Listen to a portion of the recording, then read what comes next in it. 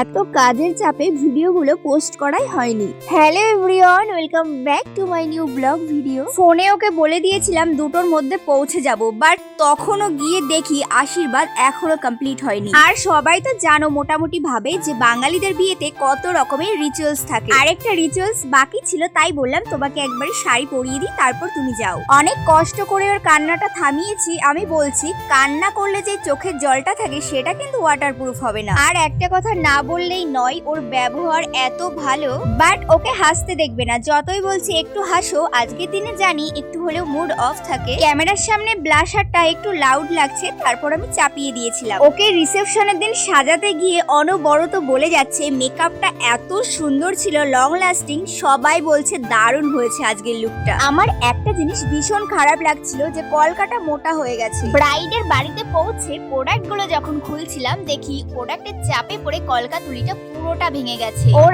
8টায় লগ্ন ছিল, এদিকে বড় চলে এসছে। আমি আমাদের বাড়ির পথে ফিরছি। টাটা।